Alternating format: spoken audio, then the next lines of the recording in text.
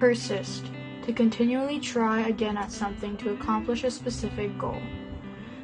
When you persist, it can be used in a positive and negative context, and depending on your situation, it can affect how you depict certain things.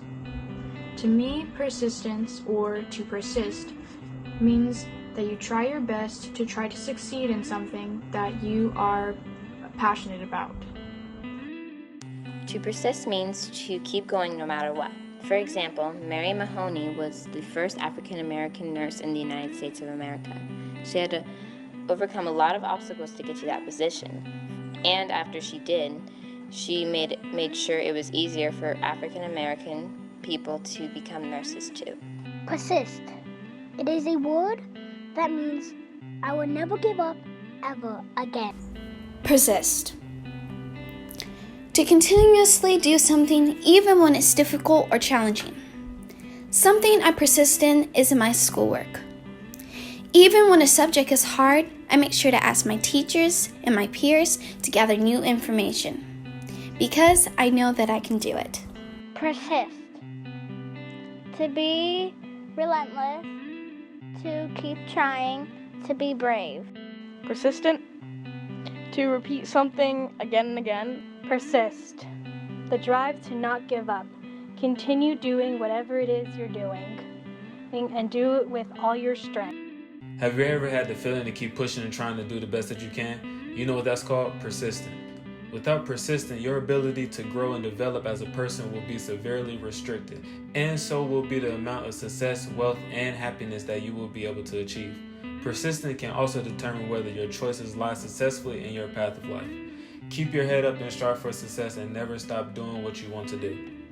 Persist means to not give up and keep going. Welcome to the 33rd Annual All People Celebration, a virtual gathering honoring the life and legacy of Dr. Martin Luther King Jr. My name is Ken Malborough, and I'm a board member of Alliance San Diego. I'm here to guide you through our program today. Our opening invocation will be presented by the Kumeyaay Bird Singers, who will offer a blessing as we celebrate Dr. King here in San Diego County, which is Kumeyaay land. After the invocation, our full program will continue.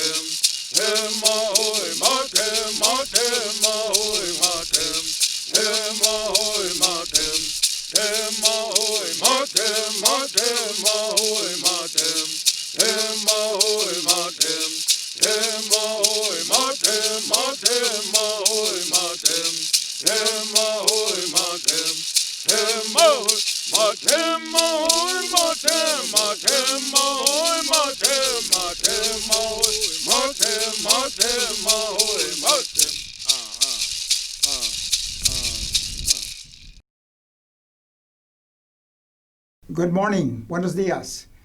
I am Isidro Ortiz, and I have the honor and the privilege of serving as the board chair of Alliance San Diego. We are honored to have you here with us today to celebrate the life and legacy of the Reverend Dr. Martin Luther King Jr. There is no doubt about it. We are living in troubled times, times that can dampen the spirit and the soul and even hope for the future. But the teachings of Dr. King can guide us. He believed resolutely that all people, every single one of us, was part of the human family deserving of respect and dignity. He envisioned a future where that would be so, and he spent his lifetime building what he called the beloved community. Dr. King understood that the beloved community would not be built with hope alone, but rather through the persistence of our efforts, the intentions of our actions, and the commitment to make real, meaningful change. It is for that reason that we have chosen the theme, Persist, to rededicate ourselves to the work of pursuing equality, humanity, and justice for all. Although we cannot be together in person at this moment, we are together in spirit, and together we can persist. Hello, everyone. My name is Leanne Kim, and I am a sister board member of Isidro and proud supporter of Alliance San Diego, whose rich tradition of activism aims at building a more inclusive democracy. We all stand on the shoulders of giants, many of whom are no longer with us physically, but their spirits are very much alive through our work. We'd like to especially honor the memories of those we have lost in the past year. They include national heroes such as Congressman John Lewis, who marched alongside Dr. King and dedicated his life to fighting racism. And we saw the fruits of his legacy recently in Georgia, where historic voter turnout transformed democracy. We lift up Deborah White Plume, a Lakota political activist and water protector. Playwright Larry Kramer, who roused thousands to protest in the early years of the AIDS epidemic. Rose Ochi, the first Asian American woman to become an assistant U.S. Attorney General. She was instrumental in securing federal reparations for Japanese American internment survivors. Rodolfo Anaya, a writer and activist who helped launch the 1970s Chicano literature movement. And of course, Supreme Court Justice Ruth Bader Ginsburg, who spent a lifetime fighting for gender equality. Along with these trailblazers, we have also lost family members, friends, and neighbors. So many lives tragically cut short from COVID-19, including my own grandmother. Add to that those who have undeservedly taken their last breath as a result of police violence, both in the city and at the border. May they all rest in power. So let us all take a moment of silence to reflect, remember, and lift up these souls.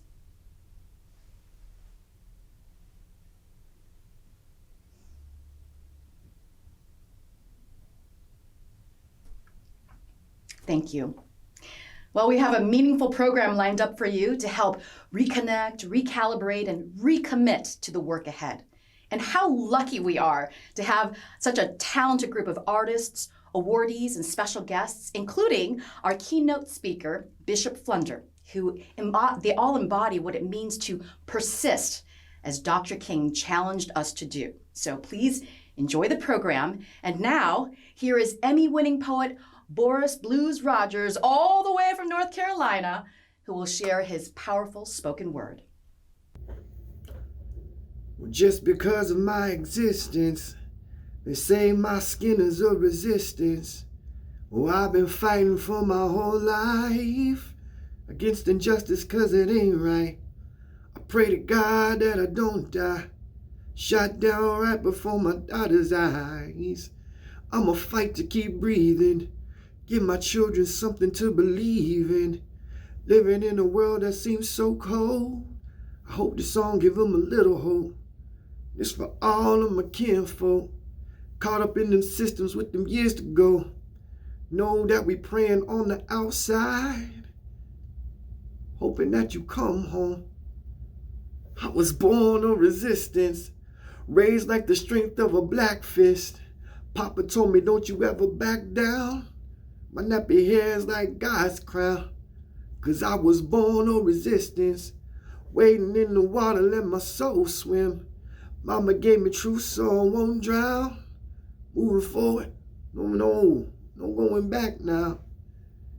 Cause they snatched us From the womb of Africa, shackled us on ships and shipped us off to America, where we were product. Our children became collateral and commodity. My ancestors' blood, sweat, and bodies basically built this country, this America, where they settle and build their privilege on someone else's burial ground. This America, where the sound of black bodies falling is still a death jam that no one wants to hear. That ringing in your ears ain't from freedom. It's the police bringing that cock back and clap, that high caliber injustice in your back. This America, where the object is to see how loud your mama can get at your funeral, to see how hard your father's heart breaks when they don't indict, give them paid leave, another stripe on their sleeve. They strike and you bleed on soil or concrete. Oh, the news story we'll read is that you just another brother selling coke and weed and Instagram, and even some of your fam will drink the Kool-Aid and believe it. Every single word of it. That you deserve the murder you get. This is how America works, my friend. From the moment they unloaded us in Charleston to the last bullet popped in a black body in church in Charleston, we are still praying and paying for the cost of carrying this black skin. Ask what the tax is for black girl magic, and the answer will be a black woman who does her best to survive everything, overcome everything when everything is doing everything it can to kill her, drown her spirit in this middle passage of passive, ultra-aggressive America. America, where lynching still ain't a crime, but a black boy's joy is a terrorist threat that is punished by a jail sentence. This feels like a Jim Crow around your neck. Dear America, where you are now the bankrupt Atlantic City casino, the failed school of business, the canceled TV show, the falsely accused Central Park 5 threatened with death in a full-page newspaper ad, a grabbed vagina, a casualty from an ignored pandemic, a child of a deported immigrant doing time in a cage. You are a burned church of those people, an unbuilt border wall failing under the weight of your weak leader, America. Can you hear the sirens? Can you hear the persistence? The sound of black women calling for your downfall, persistence. The sound of black men calling back to their mother, persistence. The sound of black boys rising from their graves, persistence. The sound of black girls chanting their magic spells over a hot cauldron, boiling with your demise. Taste your downfall. Swallow your crooked karma, because this uprising, this reclaiming of blood, sweat, and tears will be us. Will be our persistence, will be us serving you your last supper. Hi, I'm Andrea Guerrero, and I'm the Executive Director of Alliance San Diego. And I'm Christopher Rice Wilson, the Associate Director. And it is our deep pleasure to thank all the people who made this event possible, including all of you watching today who are persisting despite the many challenges that face us. And to our sponsors, we are grateful. You pivoted with us in a difficult time to a virtual event and shared your resources in these tough times. At the Freedom Fighter level, we want to thank United Food and Commercial Workers, Local 135, and Qualcomm. And at the Trailblazer level, we want to thank KPBS, UDW, the Home Care Providers Union, AFSCME Local 3930. At the Change Agent level, we want to thank San Diego State University, University of San Diego, UC San Diego Health, and the San Diego Education Association. And at the Dream Defender level, we thank California Senate President Pro Tem Tony Atkins, Kaiser Permanente, Planned Parenthood of the Pacific Southwest, and Falk Care Ambulance Service. We also want to thank those who support us all year long, and they include the American Federation of Teachers, Local 1931, City National Bank, and Dr. Bronner's Family Foundation. The Evelyn and Walter Haas Jr. Fund, the Four Freedoms Fund, the James Irvine Foundation, and the Margaret E. Casey Foundation. Price Philanthropies, Satterberg Foundation, and the San Diego Foundation. And to our year-round partners in the social justice movement, the hundreds of organizations and individuals we work with to build a more inclusive, humane, and just democracy, we are grateful to walk beside you. The past few years have certainly tested us. We are stronger forward, and we will persist. And to everyone who believes in Dr. King's dream, and who believes that we can get to the promised land together by building a beloved community where everyone is cherished, everyone belongs, and everyone is treated with dignity and respect, we are in this with you all the way. By partnering together, we can elevate the voices of change and help build a beloved community. That is our work at Alliance San Diego, to empower diverse community members and organizations to engage more effectively in the civic process so we can build a more inclusive democracy, to ensure that everyone, all people, can reach their full potential in an environment of harmony, safety, equality, and justice. This is what we do, and we do it with you. Thank you.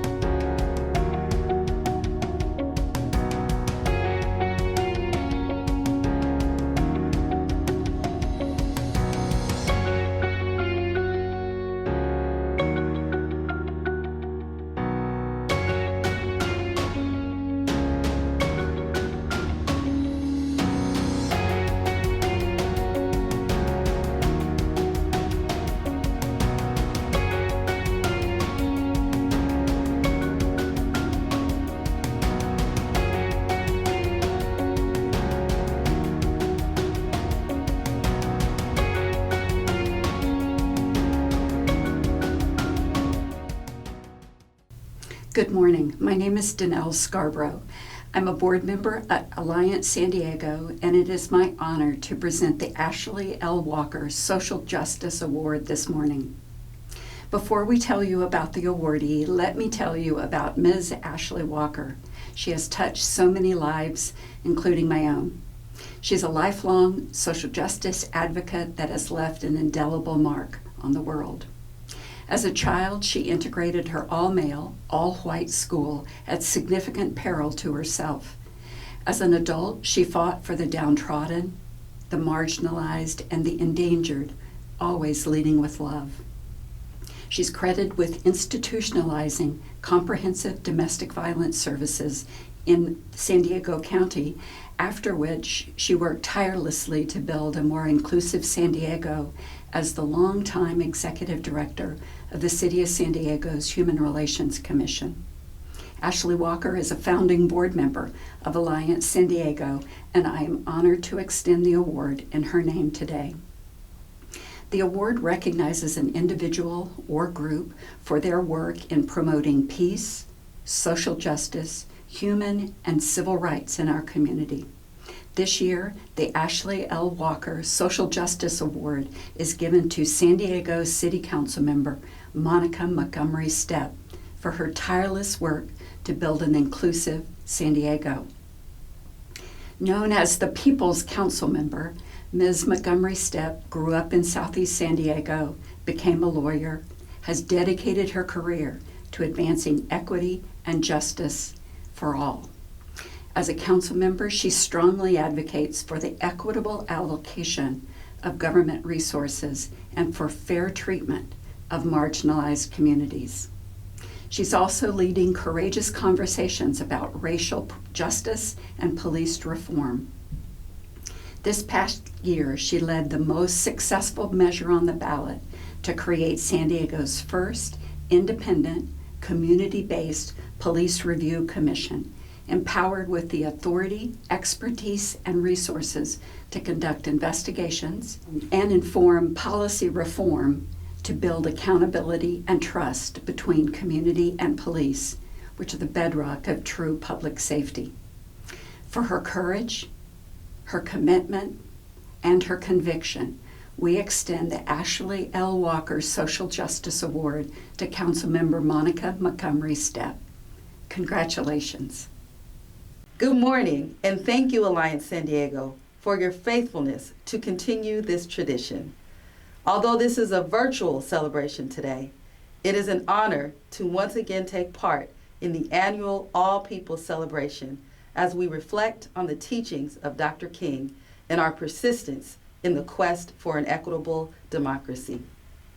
When I reflect on this year's theme, persist, in the wake of what happened in our nation's capital last week, I know that when they think they bury us, it is then they realize we are seed.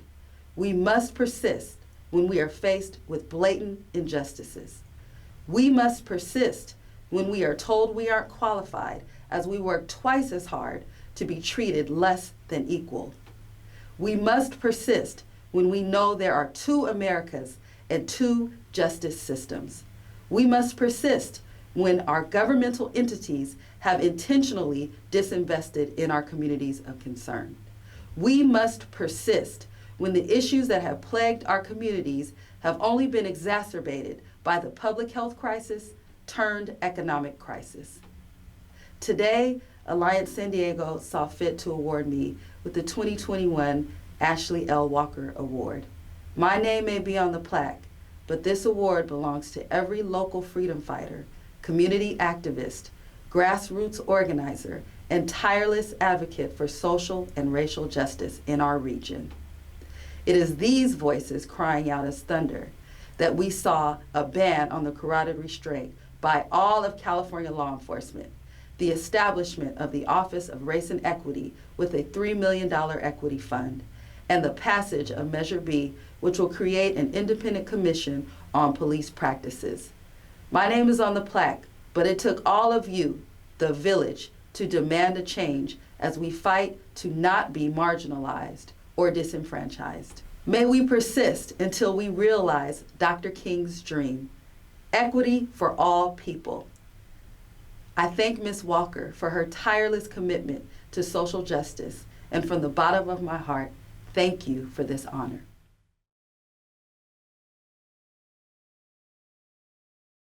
My name is Samuel Choi. I'm a board member at Alliance San Diego and the assistant director for the 21st Century China Center at UC San Diego. I'm not a preacher, so I was a little surprised when I was asked to introduce our keynote speaker. And my work at the university in facilitating research and understanding, I'm aware that beneath the pursuit of knowledge is a deeper process of learning and unlearning about our beliefs, values, and stories. The space where we really connect on a human level. And the best preachers are the ones who help us connect our minds, our hearts, and our souls. It is in that spirit that I also seek to be a civic catalyst, if you will, to bring people together. A civic catalyst to me is someone who bridges across culture, age, race, religion, and ideology. It is someone who instills faith in our democratic process and models responsible and compassionate citizenship. At a time when so many religious institutions are corrupted by the pursuit of power, and when our civic institutions are entrenched in culture wars, we are in desperate need for inspiration to imagine the good that is possible when faith and politics intersect. In other words, a civic catalyst also reminds us that democracy is an act of faith. So it is my honor and privilege to tell you about our speaker, Reverend Dr. Yvette Flunder, or as her congregation and community known her as Bishop Flunder. Bishop Flunder is definitely a civic catalyst, a builder of bridges, and of course, she's among the best of preachers. Bishop Flunder is one of the most powerful and clear voices in Oakland and in faith communities across the country. At a time when our nation is confronting a deep divide and is trying to heal so many wounds, her message about radical inclusion and movement building is exactly what we need to hear right now. Bishop Flunder is a native of San Francisco, and she served her call through prophetic action and ministry for justice for over 30 years.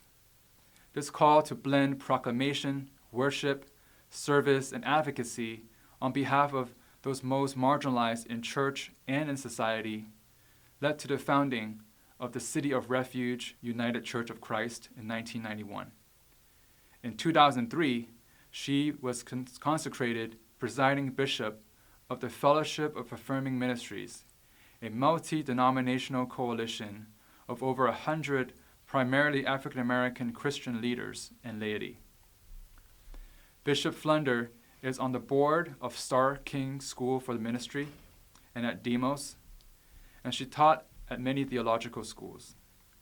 She's a graduate of the Certificate of Ministry and Masters of Art programs at the Pacific School of Religion, and earned her Doctor of Ministry from San Francisco Theological Seminary. She is also an award-winning gospel music artist and author of Where the Edge Gathers, a theology of homiletic and radical inclusion. It is with great joy and hope that I introduce to you Bishop Flunder. I'm honored to speak to you today at the 33rd All Peoples Celebration, honoring the life and legacy of Dr. Martin Luther King. The book of Ezekiel, the 37th chapter, reads, "The hand of the Lord came upon me, and he brought me out by the Spirit of the Lord and set me down in the middle of a valley. It was full of bones. He led me all around them. There were very many lying in the valley, and they were dry.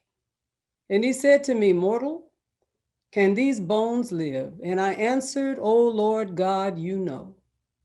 Then he said to me, 'Prophesy, preach to these bones, and say to them, O dry bones, hear the word of the Lord. Thus saith the Lord God to these bones, I will cause breath to enter you, and you shall live. And I will lay sinews on you, and will cause flesh to come upon you, and cover you with skin. Put breath in you, and you shall live, and you shall know that I am the Lord.' And I prophesied, as I had been commanded. And as I prophesied, suddenly there was a noise, a rattling, and the bones came together, bone to its bone. I looked, and there were sinews upon them, and flesh had come upon them, and skin had covered them, but there was no breath in them. And then God said to me, 'Prophesy to the breath, prophesy, mortal, and say to the breath, Thus saith the Lord God, come from the four winds, breath, and breathe upon these slain that they may live.' And I prophesied as God commanded me. And breath came into them, and they lived and stood on their feet, a vast multitude." And I call this sharing today the power of persistence. So let's journey with Ezekiel to the valley filled knee-deep with dry bones. Bones so long dead that they seemed unable to rise again. Yet there is a sound of rattling in the valley, bone against bone, as dusty, dead, dry bones are being disturbed everywhere. Some years ago, the North Carolina Senate apologized for the legislature's role in promoting slavery and Jim Crow laws that denied basic human rights to the state's Black citizens. This came from the land of the late slaveholder Charles Cokesworth Pinckney, who helped devise a plan to carefully limit even the religious rights and participation of slaves in receiving and propagating the gospel. A set of promises had to be made by the slaves from a document that was called Rules for the Christian Society of Negroes to govern how they could worship. And they were taught from an accompanying catechism called the Negro Christianized, an essay to excite and assist that good work called the Instruction of Negroes in Christianity, which biblically defended slavery and suggested that even water baptism and eternal life would never deliver the Negro from his God-given appointed curse of servanthood. And here's one of the promises that the slaves had to make from that catechism. We will, as we have opportunity, set ourselves to do all the good we can do for other Negroes in the town. And if any of them should at unfit hours be abroad, and much more, if any of them should run away from their master, we will afford them no shelter, but we will do what we can that they may be discovered and punished.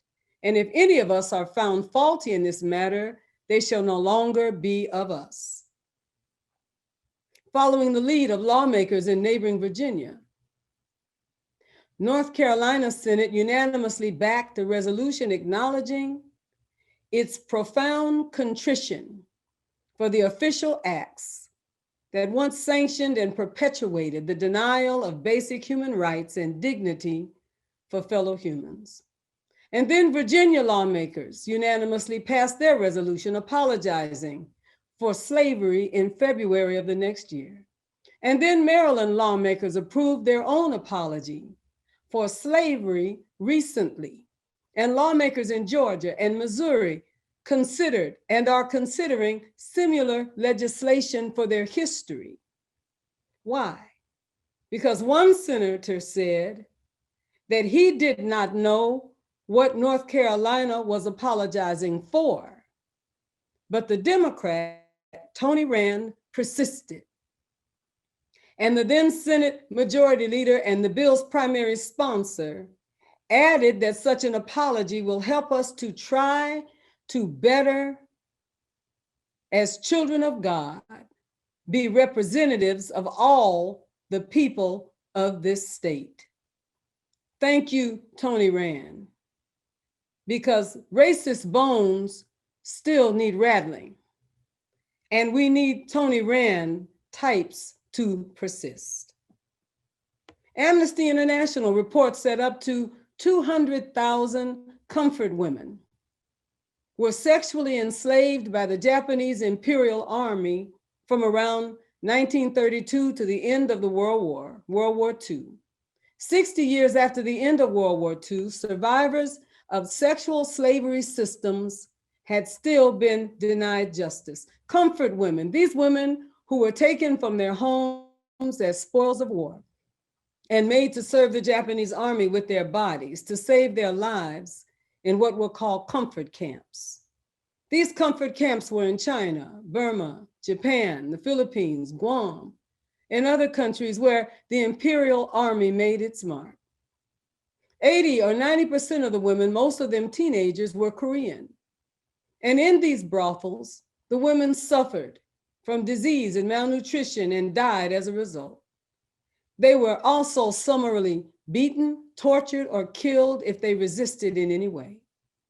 At the end of the war, many of the comfort women were killed, and some committed suicide. But those who survived, who for a period of time suffered in silence, isolation, and poverty and shame, their stories remaining buried for decades. In 1991, the survivors of the comfort houses broke their silence. Since then, they have persisted. Others have come forward, demanding justice and reparations from the Japanese government. And they are at present only about 100 survivors. But these women who were silenced for 60 years are now calling for full reparations. They're octogenarians now, great grandmothers. But they've taken to the streets demanding justice through marches, exhibits, and demonstrations, because sexist bones still need rattling. And octogenarian comfort women persist. Dr. Albert Mohler, the current president of the Southern Baptist Theological Seminary and chairman of the Southern Baptist Convention's Council for years, the Council of Seminary Presidents and board members of Focus on the Family. And he acknowledged that a mounting body of scientific research suggests that sexual orientation is shaped by biological factors and is not a behavioral choice. However, he went on to say, if a biological basis is found, and if a prenatal test is developed, and if successful treatment to reverse sexual orientation to heterosexuality is developed, we would support its use, as we should unapologetically support the use of any appropriate means to avoid sexual temptation and the inevitable effects of sin. He later adds, we can and must insist that no scientific finding can change the basic sinfulness of all homosexual behavior. It seems that there is now an exception for holding a pregnant woman's womb sacrosanct. That exception would be manipulating sexual orientation. But if the science now clearly says that same gender-loving realities are biological, then every preacher whose lips have slandered and debased and shamed and attacked a same gender-loving person is obligated to publicly apologize.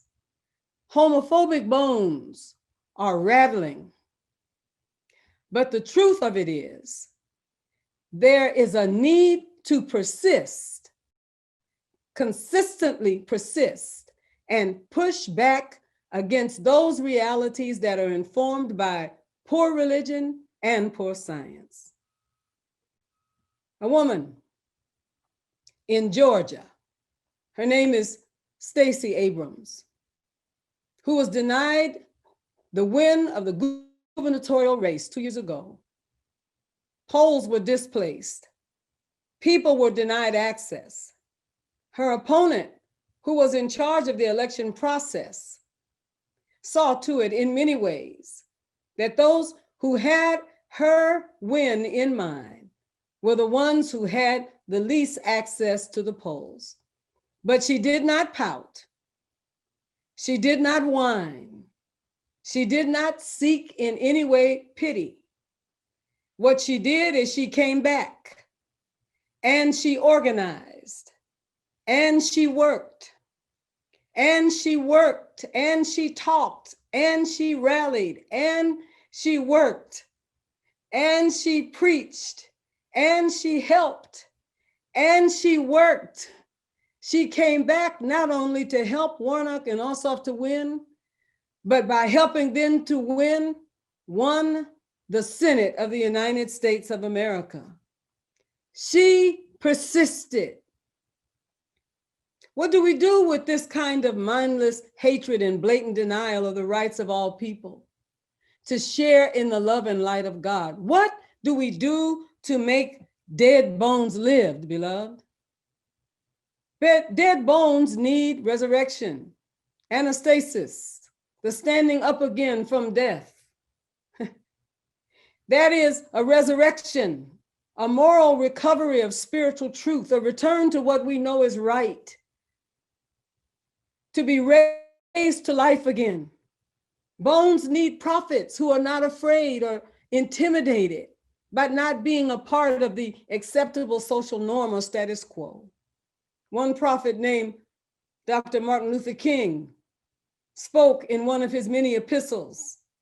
The hour has come for everyone, for all institutions of the public sector and private sector to work to get rid of racism. And now if we are to do it, we must honestly admit certain things and get rid of certain things that have constantly been disseminated all over our nation. One is the myth of time. It is the notion that only time can solve the problem of racial injustice. And there are those who often sincerely say to the Negro and his allies in the white community, why don't you slow up? Stop pushing things so fast. Only time can solve these problems. And if you will just be nice and be patient and continue to pray, in 100 or 200 years, the problem will work itself out. There's an answer to that myth, Dr. King said. It is that time is neutral and it can be used either constructively or destructively. And I am sorry today to say that I am absolutely convinced that the forces of ill will in our nation, the extreme rightists in our nation, the people on the wrong side of our nation have used time much more effectively than the forces of goodwill. He said at the end of this preaching, I agree, some say, with the goal that you seek, but I can't agree with the methods of direct action. Those who paternalistically feel that they can set the timetable for another man's freedom, who live by the myth of time and who constantly advise the Negro to wait to a more convenient season. What am I saying to you, beloved? This is the time not only to exist, but to persist. This is the time to resurrect to life those things that we once thought dead. It is time for the church and all justice seekers to rise from the dead. This is the convenient season to prophesy to the dead bones. We have done enough research on the bones. They are dead. You don't need to observe or analyze them anymore. They are dead. You don't need to stand over and say, what a shame it is. Ezekiel saw the bones that they were very dry, but seeing the bones was not enough. God asked us the question today, can these bones live? And then gives us a methodology, prophesy to the bones, that is, speak to the bones, sing to the bones, talk to the bones, insist when you're talking to the bones. In your churches, in your fraternities, in your sororities, in your board councils, in government, in committee, in homes, tell the bones, hear ye the word of the Lord. Speak to them, do not fear them, they're just dry bones. Prophesy until the decomposed are recomposed, until they begin to rattle, come alive, and live, and then prophesy to the spirit of life and ask the spirit of life to infuse the once dead principles with a living gospel of peace, a living word of justice, the living radically inclusive love of Jesus Christ. The same spirit that quickened Jesus from the dead can quicken dry bones of hatred and indifference. And I have a vision, beloved, of a true Pentecost, where all of our bones, cursed by separation, not of our own making, parched and alone, scattered in a valley that we even call religion, our bones finding their way to one another, black bones and white bones, brown, red, and yellow bones, Protestant and Catholic and Muslim and Mormon and Buddhist and Baha'i bones, straight, gay, trans, and bi bones, Democratic, independent, and yes, Republican bones, bones from every land and every country and every ethnicity and every culture, finding their way to each other and blurring the lines that separate us, speaking in tongues that make the rich, extravagant grace and inclusive, unfathomable love of God known to everyone. Can the bones live? Yes. If the prophets will leave their safe havens and venture into the valley where the bones are very dry. Prophesy, teach, preach, sing, dance, vote until the spirit of truth is unleashed and the living love of God raises up a mighty resurrected army for Jesus and justice. God bless you is my prayer. Leaders like Bishop Flunder help people like us persist in the face of adversity. So do supporters like you. If it weren't for your contributions, we wouldn't be able to do what we do. Even in the midst of a pandemic and a tough election year, we boosted participation in the census, expanded access to the vote, passed a new humanitarian law in Washington, D.C. to save lives in the border region. We raised funds to provide COVID-19 relief grants to thousands of local families in need. People like you made that and much more happen. If you think what we do is worth fighting for, we invite you to partner with us right now. If you're already a supporter, please consider another gift to the cause. And if you haven't given yet, we hope you will join our family of justice-minded persisters. Thank you. Up next is our musical performance by Sarah Gurkoff and Travis Staten Marino with the music by the Bensons. This is the keep going, keep going, keep going, keep going on song. This is the keep going, keep going, keep going, keep going on song. This is the keep going, keep going, keep going, keep going on.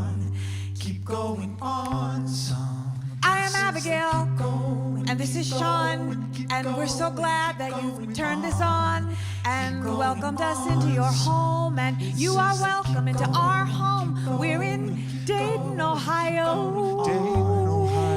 We're in Sean's parents' house. My parents' house. Sean's parents' house. We were in Louisville when the shit hit, and we packed our 3-year-old into a car. We drove kind of far. We drove here, and we've been so lucky and blessed to be safely here. And we thought we'd be here for like 10 days, tops. What did we know? What did we know? What did we know? We thought we knew a lot. We thought we knew a lot. Keep going, keep going, keep going on. Keep going on song. This is a keep going, keep going, keep going on. Keep going on song. This is a keep going, keep going, keep going on. Keep going on song. And we've been mostly healthy. We've been okay. Are you okay? Are you alright? Are you okay? Are you alright? Are you okay? I hope your body is whole tonight. And if your heart is breaking, I hope it's breaking open. And if your breath is shaking, I hope it's shaking through. And I hope that you've watched a lot of really great television, like a lot of it. And I hope that you find a hand lotion that actually makes your skin feel better. And I hope that you have enough to eat. I hope you're getting enough sleep, and I hope you have enough good company or enough good memory to last you a long time. Keep going, keep going, keep going on. Keep going on song. We sing the keep going, keep going, keep going, keep going on. Keep going on song. Let's bring some joy into the room, why not? We can try it, or some rage, and some grief and relief. Ooh, I hold my rage, I pray my rage is a fire that cleans my mind out and makes me ready to listen. I pray my pain is a river that flows to the ocean that connects my pain to yours. And I pray my happiness is like pollen that flies to you and pollinates your joy. Oh boy, is that possible? I don't know. We are making this up as we go. We have to make it up as we go. The keep going song, the keep going song. Oh, we're making it up. We're making it up as we go. Keep going, keep going, keep going on. Keep going on. Thank you, Sarah, Travis, and of course, the Bing Sons for the uplifting music. Don't go anywhere, my friends. Next up is the Reverend Dr. Beth Johnson, minister of the Palomar Unitarian Universalist Fellowship, who will lead us in prayer. After that, I'll be back up to close out our celebration. Beloveds, do you feel the bones rattling? Do you feel the bones rising up? Do you feel the call rising up in you? Do you feel love calling? Love deep down in your bones, calling for you, us, we, to keep going on? Today we are connected across space and time. We connected in our shared commitment to answer the call to building the beloved community that Dr. King called and still calls us to. A not yet, always coming into being community of justice, love. We have heard words and songs of inspiration and invitation to answer that call to love, to persist in the pursuit of justice and radical love, to resist all that would thwart life and freedom, to disrupt the effects of colonization, dismantle white supremacy and all forms of oppression. We will keep going on, knowing in our bones that we go on together. Beloveds, as we go forth, I invite you to breathe with me. Breathe deeply into your body. Breathe deeply into your own bones, knowing that the breath connects us to all who have ever lived, knowing that the breath connects us to each other and all in the here and now, knowing that the breath connects us to all who will follow, making us ancestors for those who will come. Breathing in. Open to the spirit of life and love that moves in and through and among us. Open to the spirit of hope and justice. Beloveds, in the face of evil, we go on. In the face of hate, we go on. In the face of despair, we go on. And in beauty, we go on. In faith, we go on. In hope, we go on. In love, we go on. And yes, beloveds, even in joy, we go on. And so it is, and so it shall be. Amen. I love you. Thank you, Reverend Beth, for that moment of peace. I know we all could use more of that. Well, we hope you enjoyed the 33rd Annual All People Celebration, celebrating the life and legacy of Dr. Martin Luther King Jr. We know this year has started off with some incredible challenges and obstacles to justice and harmony. But as Dr. King said, freedom only comes through persistent revolt, through persistent agitation, through persistently rising up against the system of evil. We will persist and we will overcome. On behalf of Lions San Diego, thank you for watching and thank you for your support.